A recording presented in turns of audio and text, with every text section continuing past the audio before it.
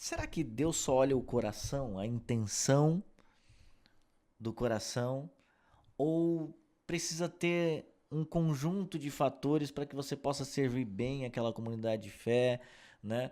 Poder desempenhar esse papel na comunidade de fé? Gabriel, você que veio, né, desse berço musical também, toca não só na igreja, mas já tocou fora também. Cara, o que você acha? Será que Deus só olha o coração? Será que existem pessoas que nasceram para fazer, pessoas que não? Qual que é a tua visão sobre isso, cara, musicalmente? Cara, musicalmente falando, eu acho que Deus só olha o coração. Mas as pessoas não. Então, assim, como é que eu enxergo a questão da música na igreja? Por exemplo, vamos supor que um determinado membro, cara, seja um leitor comprometido da palavra, ele conheça da palavra, mas ele não consiga pregar, ele não consiga iniciar um raciocínio e concluir. Tá. Ou ele fique nervoso, ou ele gagueje, ou ele, por algum motivo, cara, trave no meio da palavra e abandone a palavra no meio do culto. Vou usar uma situação extrema. Tá.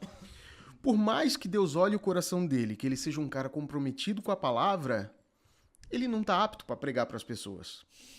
E eu acho que, citando o exemplo do Sim, pregador, perfeito. fica uma coisa muito óbvia. Mas quando a gente usa esse mesmo raciocínio para o músico, não é uma coisa óbvia. Verdade. Porque as pessoas pensam que Deus olha o coração. Então, qualquer um pode cantar. Qualquer um pode tocar. E assim, ó, a gente não pode também... Nenhuma situação a gente pode generalizar, Sim. porque existem igrejas, tamanhos de igreja, pessoas... Situações, né? Por exemplo, naquela igreja pequenininha, cara, que tem poucas pessoas, que não tem nenhum músico talentoso e que precisam de alguém para tocar um violão e cantar...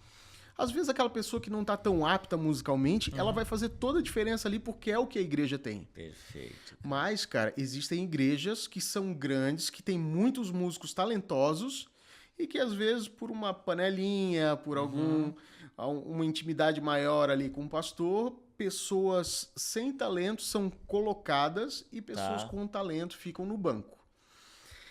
Esse lance de Deus olhar... Influência também, né? Então, Tapa na cara de muitos aí, já de cara. Para! 12 minutos Para! ele já largou isso. Não, tá. Então, claro que os motivos são variados, Sim. mas eu penso que quando você tem bons músicos em uma igreja, e assim, muitas vezes os pastores até avaliam, mas essa aqui é mais comprometida com Deus do que esse. Cara, nem sempre a gente pode fazer esse julgamento, porque talvez aquela aparente ser mais comprometida com Deus do que o outro. Sim. Mas, cara, o pecado íntimo, o pecado Sim. oculto lá, velho, ninguém Ninguém conhece, sabe, né? só Deus conhece, Sim. sabe? Então, cara, se você tem um membro, ainda que você julgue que ele não é tão comprometido quanto o outro, mas ele é um cara talentoso, às vezes vale a pena você colocar ele em frente ao louvor, porque ele tem um talento, cara, que pode ser usado, sabe?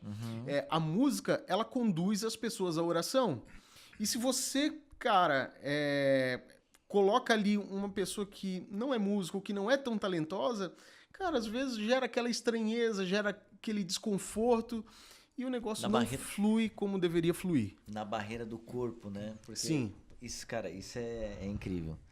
Porque por mais que a pessoa não seja entendida de música, as pessoas conseguem identificar aquilo que não soa bem. Ou que tá fora. Cara, eu nunca estudei música, não sei o que é um dó, o que é um ré, o que é um fá.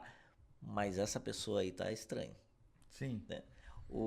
Às vezes não sabe nem qual é o erro, né? Não sabe identificar. Mas o que é que tá acontecendo, não sei. Mas tem alguma coisa... Exato.